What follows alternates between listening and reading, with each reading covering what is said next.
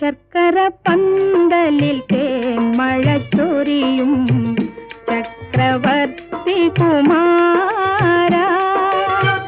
നിന്മനോരാജ്യത്തെ രാജകുമാരിയായി